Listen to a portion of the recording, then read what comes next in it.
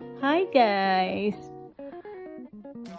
Sa mga nagsasabing pera lang yan, pagmamahal yung importante, sa tingin ko hindi naman sa may mga pinapatamaan ako, but you know what?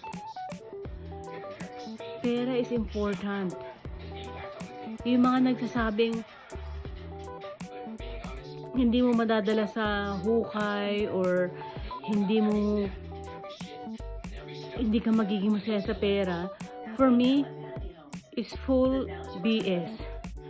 Because, kunyari, may pamilya ka, naging mag-asawa kayo, nagkaroon kayo ng mga anak. Paano kung wala kayong pera, sabihin mo, ay okay, nagmamahalan naman kami. Okay, understandable na yun tayo, na nagmamahalan tayo, di ba? But the problem is, syempre,